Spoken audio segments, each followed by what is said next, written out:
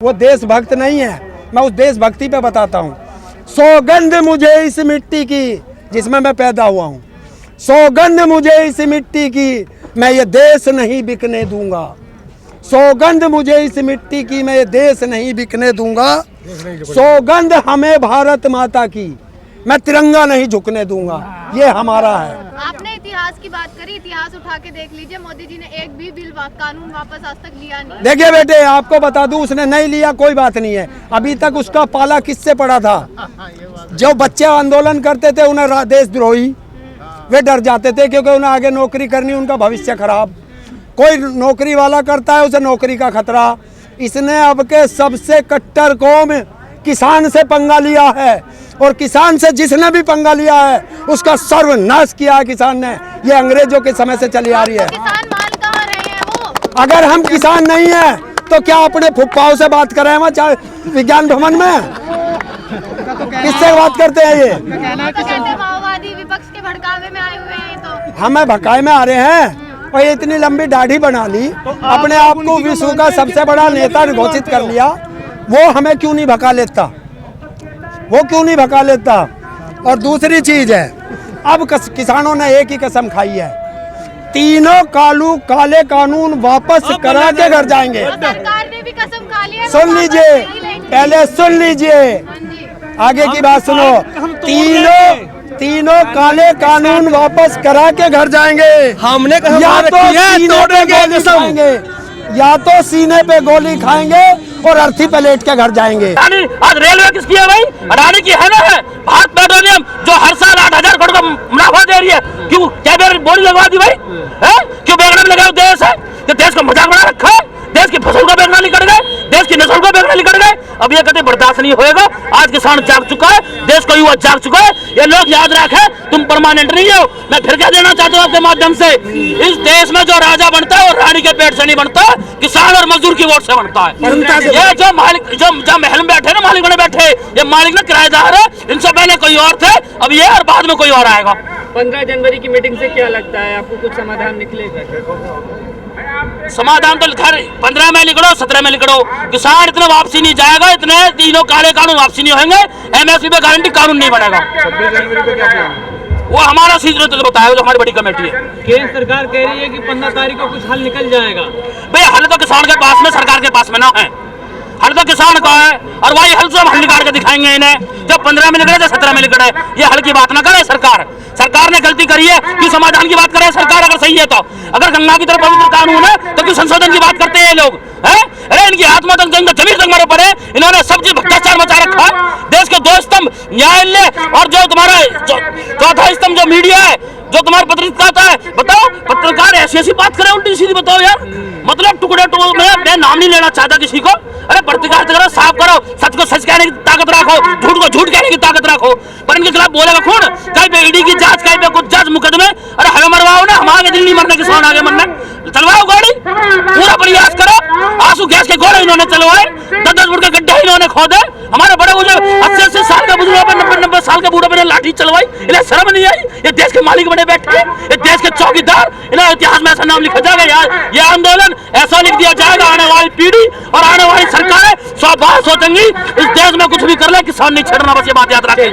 ये बात तो सारे अच्छे लोगों की करेंगे, स्वामी विवेकानंद जी की, भगवान श्री राम की, गंगा मैया की। और कर्म देखो ना, इनके कर्म क्या कर रहे हैं? देखो ना क्या कर रहे हैं। इनकी हालत देखो ना क्या कर दिया इन्होंने देश का। ये 2 लाख करोड़ की नौकरी बात करेंगे हर साल में।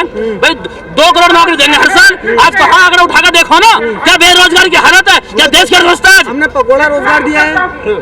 अरे भाई ये तो कुछ भी कर सके, सरकार में बैठे हैं, अभी गलत में बैठे हैं। 4 दिन की चांदनी फिर अंधेरी रात है, आड़े चुनाव बता देंगे।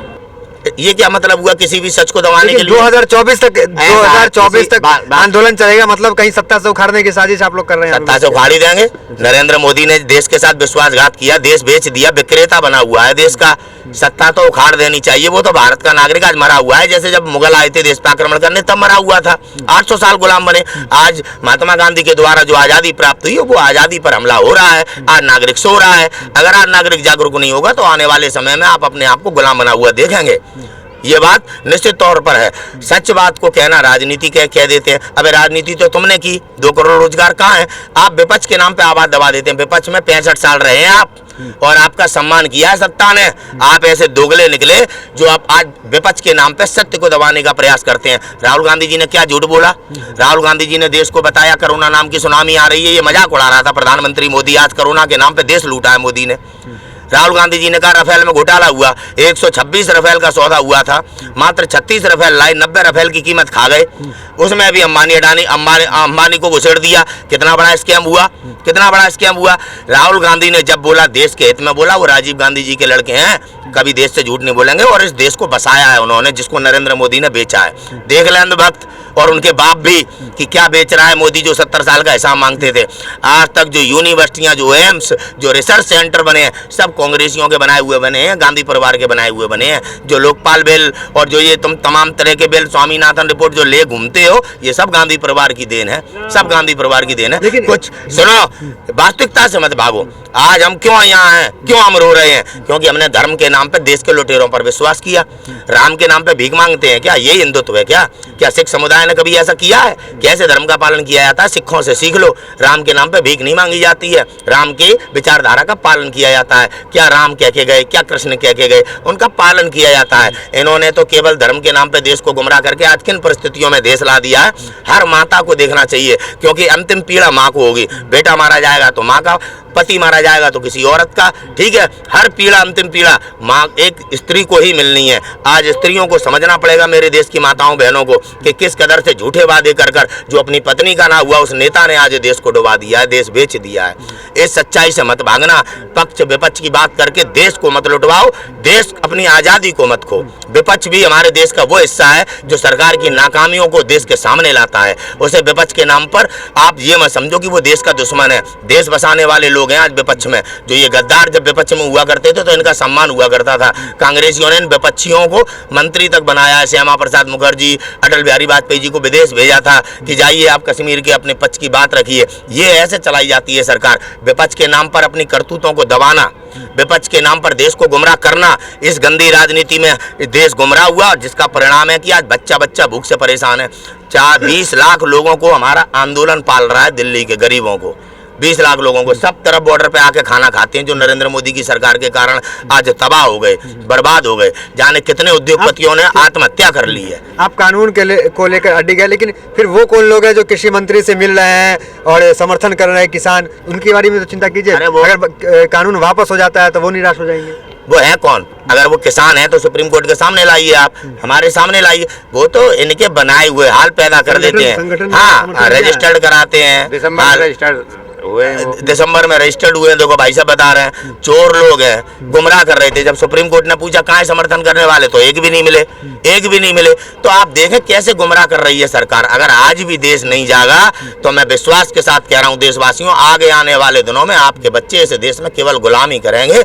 अगर आपने कभी सरकार के विरोध में आवाज उठा दी तो आपका भी गला दबा दिया जाएगा। और ऐसा ही सरकार करती चली आ रही है। देश है भुखमरी पे, और जो ऐसा गरीब है 8,500 करोड़ का विमान लाया है। अरे देश लूट लिया, कोई लुटेरा नहीं है भाजपाइयों के सिवा देश में। से उठ के प्रधानमंत्री 1000 करोड़ का अपना आवास बना रहे हैं, कहाँ से? आवास बना, संसद बना रहे हैं, आवास बना रहे हैं। कहाँ से? क्या आपने पूछा, समझ नहीं आया मेरे? 1000 करोड़ का कहाँ से उठे हैं, कहाँ तक गए प्रधानमंत्री, ये आप नहीं देख रहे हैं। ये गुंडई से गया ना। अटल बिहारी वाजपेयी जी जब गोधरा कांड हुआ था, इसको पार्टी से निकाल रहे थे। तो जो खास बने ना अडवाणी और अरुण जेटली, ठीक है, दोनों सबको ढक्कन। अडवाणी की याद देख लो, जोकर बन गया है अडवाणी अपने कर्मों के कारण, अपने कर्मों के कारण। अरुण जेटली जैसे लोग स्लो पॉइजन का शिकार हो गए। और मैं तो बस ये उम्मीद करता हूँ कि राजनाथ सिंह जी और तोमर साहब बचे रहें, नहीं जयललिता, अरुण जेटली, सुषमा स्वराज, इनकी तरह आप भी कहीं बीमार ना हो जाओ, ध्यान रखना। आखिरी सवाल, वो जो आपका पहले जोश था कि हम दिल्ली तक कूच करेंगे, वो जारी रहेगा या सुप्रीम कोर्ट के दबाव में आप रोक सको तो रोक लो। सुप्रीम कोर्ट कैसे रोक सकता है हमें 26 जनवरी मनाने से? सुप्रीम कोर्ट संविधान की रक्षा करता है या संविधान विरोधी है?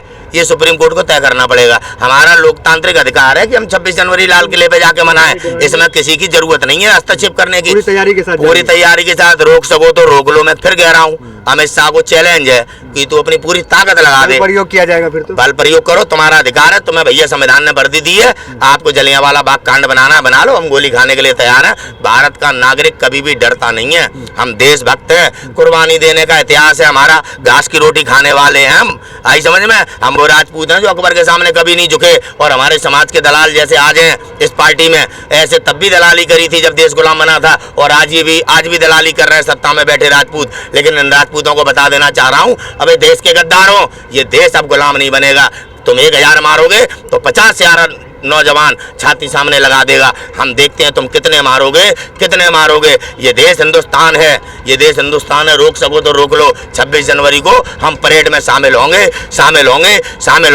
या तो ये गुंडे इस देश में लाशें बिछा देंगे, या तो हम परेड में शामिल होंगे। अब ये देखना है कौन राष्ट्रभक्त है, कौन देश का गद्दार है। ये 26 जनवरी तय कर देगी।